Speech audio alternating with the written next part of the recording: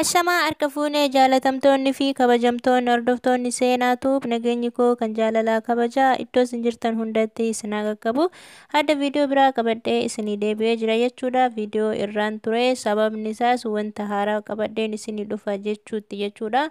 Kanaaf ijoolleen Beerut keessa jirtan wanta haaraa qabadhee akkan isinii dhufuu fi akkan eegdan nan beeka jechuudha. Hundi keessanuu wanta haaraa waan argitan natti fakkaatu karaa sooshaal miidiyaa ni argitanii karaa televizyiina isaaniitiinis darbaa jira ni argitan jechuudha. Homtuu wanni haarofti hin jiru. Ijoollee baasanii gatuun akkuma itti fufetti jechuudha. Antanaan dura viidiyoon ani isin biraan gahee humni poolisii dhufee isin haa baasu malee mana sanii hin bayinaa isiniin jechaa ture jechuudha. Homaa wanni irraa hir'atee hin jiru. Ijoolleen baasanii tumaan gataa jiranii. Sababni isaan inni guddaan baasanii gatanii sababa dabaluu tikeetiiti jechuudha. Akkasuma karaanis ammoo banamaa hin jiru. Yoom akka banamu kaa Waaqayyo gooftaa tokkichatu beeka jechuudha. Baay'ee nama dhiba. Kana jechuun ijoollee akkamitti gowwoomsatii jiranii fuunee imbaasii Finfinnee imbaasii yoo deemtan ammumata nagara Itoophiyaa isin galchan jedhaniiti fuudhanii baasanii gataa jiran jechuudha. Akka televizyiina isaaniitiin argitanii fuudhanii achumatti karamarratti baasanii yeroo gataniitiin hin deeman yoo warroonni achi jechuudha gaazixeessitoonni yoo makiinaa dhaabsisuuf ta'an iyyuu hin dhaabanii fi dhugaan isin jedha baay'ee nama gaddisiisa jechuudha. Viidiyoo tokko kanan argee. Kanaafi ammallee wanta inni isin jedhu dhugumatti humna poolisii saniinoo isin baasan malee hin bahinaadha. Kana hin bahinaa jechuun isinitti illee baay'ee sanatti fakkaata. Sababni isaas rakkina baay'eetu argamaa jira jechuudha. Ijoolleen ala jiran sunniin akka sharaa wayii waxxaratanii jechuudha waan baay'ee garaa na aarse. Sharaa wayii waxxarataniitti xiggii namaa jalatti tokka'uu akkas manni jiru jalatti sharaa waxxaratanii poolisiin sharaan isaanii sanis jalaa diiguuf ta'e jechuudha. Kana ammoo baay'ee ulfaataadha. Homaa wanni isaan gargaarsa godhaafis jiran hin jiru. Tokko tokko dhaqaniiti kootu na bira galii jedhanii ni gaafatan jechuudha. Inni gaafatanii ijoolleen ammoo ishin jedhanii sababni isaas gara Itoophiyaatti galuu barbaadan waan ta'eef jechuudha. Ammallee mana namaa tokkotti yoo dhaqaniitiin kan hojjetan ta'e nasuma hojjetan jechuudha. Kanaaf immoo falli isaan argatan hin jiruun isin jedha ijoollee mana keessa jirtaniif ammallee kanaan isin himu dhageettii dhabdaniiti miti. Ammoo wanna kan namoonni tokko waan wayii yoo kaasee haasa'ee achumaan qorrisiisa. Homaa yaani amma fakkeenyaaf ijoolleen ala jiran kanaan yeroo tokko akka isaan alatti bahaniin miidiyaan marti isaa gadi bahee waan ijoollee tanaa hin haasa'a. Guyyaa lama guyyaa sadi booda garuu hin dagatan. Garuu rakkinni hoo achuma jira. Rakkinni itti dabala malee waan irraa hir'atu hin jiru. Kan ammoo imbaasiin yookaan imbaasii konsolaan kan Beerut keessa jiru homaa ani dhugaan isin jedha homaa waan gabbaasaa yookaan ammoo waan hojjechaa jiru homa takka hin agarree zimciciidha jechuudha.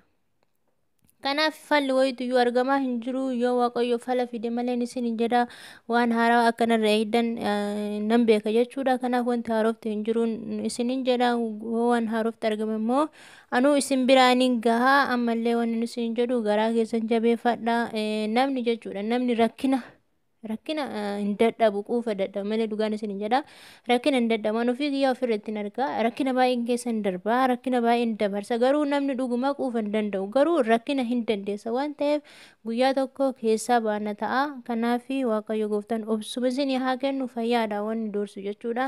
Akkuma argitan isaan baay'ee nyaataniyyuu jechuudha nyaatanuu baay'ee dararamaa jiranii gadi bahanii homaa bitachuu hin danda'anii doolaarri akka duraanitti miti oovarii dabalee jira jechuudha. Oovarii duraan sadi bira hin dabarre namni jechaa turanii garuu amma 4-5 haga 6 deemaa jira jechuudha. Isaan hin bitanne jedhanii fakkeenya ashuraansii kafaluudha jechuudha. Ashuraansii kafaluudhaaf birri asii baay'ee isaan barbaachisaa birri masiisanuu hin qaban isaan doolaara bitanii ashuraansii kafaluuf jechuudha.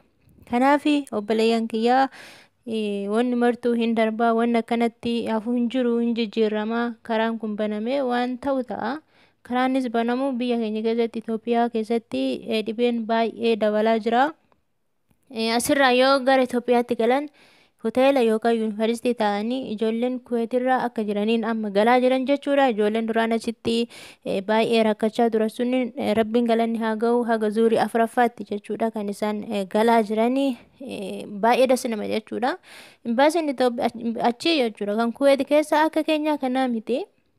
Akkanatti kan alatti baheetiin darbamee akka sareetti qoshaashaa keessa rafuu miti jechuudha. Isaan kan yeroo isaan bahuudhaaf galuudhaaf achiin bahanii yeroo baay'ee rakkina keessa turanii haa ta'u garuu karaa irratti bahanii akka keenya kana hin rafneen isiniin jedha. Haa ta'uyyuu isaan kunoo bahanii galanii jiranii akkuma isaanii kana keenyaaf guyyaa tokko nu dubbatataa jechuudha rabbi.